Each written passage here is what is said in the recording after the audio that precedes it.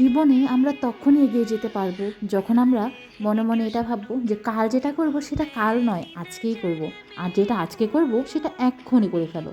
এই নিয়মে যদি আমরা চলি না, তাহলে আমাদের জীবনটা অনেকটা সহজ হয়ে যাবে। এই কাল করব আজ থাক এসব বললে ওই কাজটা কালেই পড়ে থাকে। সেটা আমার মা বলতো যে যেটা কাল করবি সেটা কাল না, তোকে কালে ধরেছে। আমার মা, আমি ছোটোবেলায় যদি এরকম করে বলতাম, মা এভাবে বলতো। তো এখন কোনো কাজ যদি করার ইচ্ছে না করে, তো মার সেই কথাটা কিন্তু মনে করে নিই যে কাল করবো, কিন্তু তারপরেও এই যে শোকেসের এই আমার শাড়ি টাড়িগুলো, এগুলো যে কবে থেকে এলোমেলো হয়ে আছে, ভাবছি ভাঁজ করে রাখবো, সব এলোমেলো হয়ে আছে। দেখেছো নিচের থাকটা কেমন হয়ে আছে? তাই ভাবলাম যে আজকে চাটা খাওয়া শেষ, তো আগে আমি শাড়ি টাড়িগুলো গুছিয়ে নিই। তো এগুলো একটু গুছিয়ে নিলাম। আর কালকে সন্ধ্যার সময় এক জায়গায় গিয়েছিলাম, তো আবার শাড়ি বের করতে গিয়ে শাড়িগুলো যতটুকু এলোমেলো ছিল আরও এলোমেলো হয়ে গেছিলো, তাই একটু ভালো করে গুছিয়ে নিলাম। আর এদিকে যে ছেলে যে ড্রেস পরে গেছিলো সেগুলোও তো গুছাতে হবে, ওর পাপাও পরে গেছিলো ওগুলো, তো ওগুলো ভালো করে ভাঁজ করে রেখে দিচ্ছি। আর এটা আবার আরেক জায়গায় যেতে হবে, তো সেটা কোনো রকম করে আমি ভাঁজ করে রাখলাম, এটা পরে যাবে। আর ছেলের ড্রেসটা তো এখন আর মানে এটা পরে তো কোথাও যাওয়া হবে না, তাই এটা ভালো করে ভাঁজ করে একদম প্যাকেটে ঢুকিয়ে রেখে দেবো। মানে এই কোট টাইপের জিনিসগুলো না, এগুলো যদি ভাঁজ করে এটার সাথে যে প্যাকেটগুলো যায় সেগুলোতে যদি রাখা না যায়, তাহলে কিন্তু জিনিসগুলো নষ্ট হয়ে যায়। আর আমার এই ছেলের ড্রেসটা কিন্তু 2 বছর পুরনো হয়ে গেলো, কেউ দেখে কিন্তু বলবে না। ছেলে কিন্তু ড্রেসটা অনেক কয়েকবার পরেছে।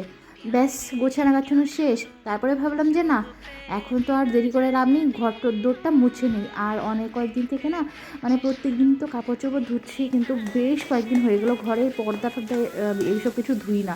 তো ভাবলাম আজকে এগুলো কিছু ধুয়ে নেবো, ঘরের পাপোশ টাপোশগুলোও নোংরা হয়ে গেছে, তো ওগুলোও একটু ধুয়ে নেবো। তো ওগুলো ধোয়াধুয়ি করে তারপর ধমাধম রান্না করে নিলাম। আজকে মুসুর ডাল করেছি আর ডিমের ঝোল আর একটা ভাজি করেছি। আমি দুপুরে যখন খেতে বসেছি তখন শুধু আমি ডিমের ঝোল দিয়ে খেয়েছি, ডাল আর নিইনি।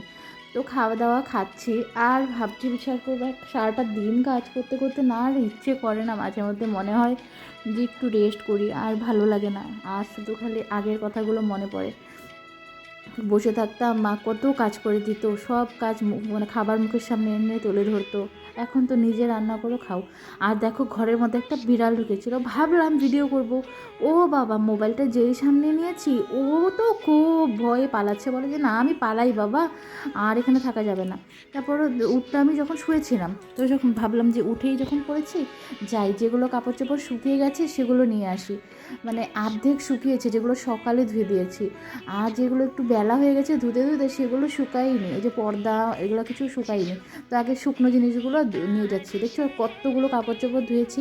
আর এদিকে দেখো কতগুলো এক ঝাঁক পাখি উড়ে যাচ্ছিলো, আমি ভাবলাম তোমাদেরকে ভিডিওতে দেখাই, মোবাইলে মানে আসছিলই না, পাখিগুলো এত উপর দিয়ে যাচ্ছিলো। তারপর দেখো কাপড় চোপড়গুলো ঘরে নিয়ে চলে আসলাম। এখন তো আবার বসে বসে কাপড় চোপড়গুলো ভাঁজ করতে হবে। না না না, তোমাদের সাথে ভাঁজ করা শেয়ার করবো না। ভিডিওটা কেমন লাগলো কমেন্টে জানিও। আজকের মতন টাটা।